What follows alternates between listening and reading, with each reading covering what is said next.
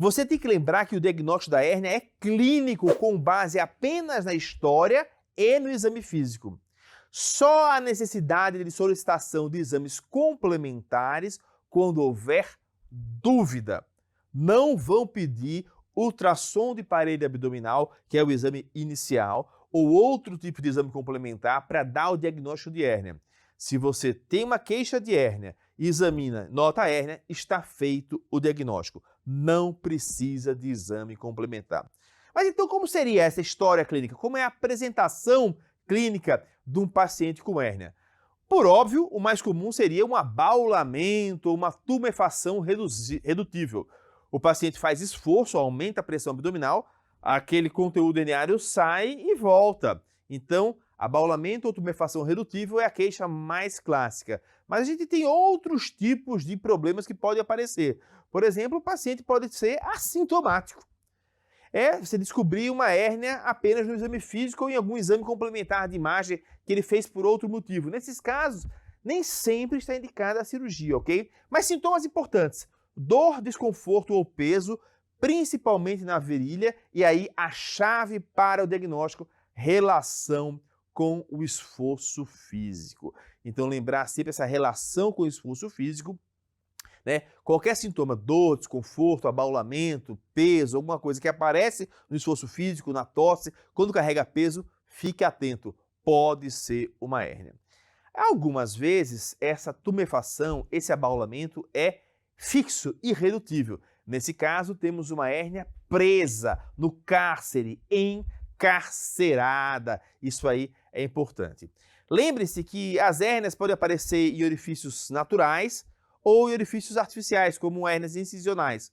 Mas nos orifícios naturais passam nervos. Então, muitas vezes, a compressão do nervo dá sintomas. Então, o paciente pode ter parestesias, dores irradiadas, tudo isso pode acontecer.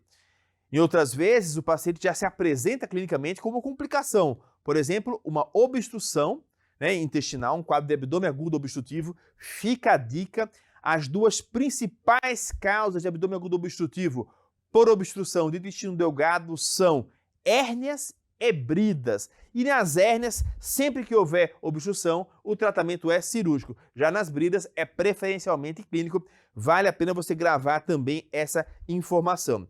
E aí, do estrangulamento, já levar uma isquemia de órgão até uma perfuração, ok? Pessoal, muito importante vocês terem sempre em mente isso aí, né? Lembrar das queixas que podem levar o paciente a ter hérnia e que a conduta é fazer o exame físico do paciente, não é pedir exame complementar. Exame complementar reservado apenas para as dúvidas. E também se ligue no conceito de hérnia inguinal, de deslizamento, qualquer hérnia de deslizamento, que o saco herniário é constituído pela parede de uma víscera oca, geralmente o sigmoide ou a bexiga, ok? E a hérnia que mais encarcera e estrangula é a femoral. Grave bem esses conceitos, que isso vai te ajudar demais na resolução de uma grande parte das questões sobre hérnias. Muito bem, então vimos já um pouco da apresentação clínica, vamos falar sobre o exame físico desse paciente. Quando você vai examinar um paciente com hérnia, você tem que pensar o seguinte: olha, o paciente que tem hérnia, ele não tem assim uma doença puramente localizada. Ele tem talvez um aumento da pressão abdominal, levando ao aparecimento de hérnias, uma tosse crônica, constipação, ou ele tem uma profissão que carrega muito peso. Então tem alguma causa que leve ao aumento da pressão abdominal, ou tem alguma alteração na constituição da parede, uma alteração nas fibras de colágeno, por exemplo. Já é comprovado que alguns pacientes têm uma tendência maior a ter hérnia. Então, quando você viu um paciente com hérnia, foi examinar um paciente com hérnia, você tem que procurar hérnias em outros lugares. Então, lembrar os locais mais comuns: região epigástrica, entre o apêndice tifoide e a cicatriz umbilical, região periumbilical, regiões inguinal e femoral. Lembrar a borda lateral do reto, onde pode aparecer as hérnias de Spiegel, e todas as eventuais incisões cirúrgicas. As hérnias incisionais são comuns. Esse paciente tem que ser sempre examinado em pé e deitado. E tem algumas manobras específicas que pode se fazer para alguns tipos de hérnia. Sempre que for fazer a inspeção do paciente, é legal fazer a inspeção estática e dinâmica. Olha aqui, aqui não é bem uma hérnia, tem uma pequena hérnia umbilical, mas é uma diástase de retos abdominais.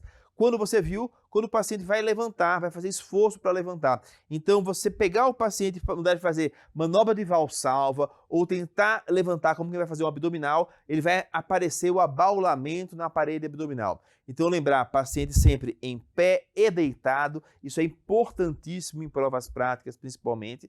Fazer inspeção estática e dinâmica, isso também é muito importante. Então, várias manobras podem ser utilizadas na inspeção dinâmica e palpar todos os eventuais locais de hérnias. Depois que você suspeitou de hérnia, a palpação específica da hérnia, para saber se é redutível ou irredutível, para você ver o conteúdo, se parece ter uma víscera ou não ali, e também para você determinar o tamanho, né, do anel herniário. Se tem 1 centímetro, 2 centímetros, para ver se a hérnia é redutível ou irredutível, então tudo isso. E aí, nessa avaliação da hérnia, você vai ver se há ou não sinal de sofrimento. O sinal de sofrimento é algo importantíssimo que a gente tem que procurar, porque os pacientes com hérnias com sofrimento, eles têm uma emergência cirúrgica.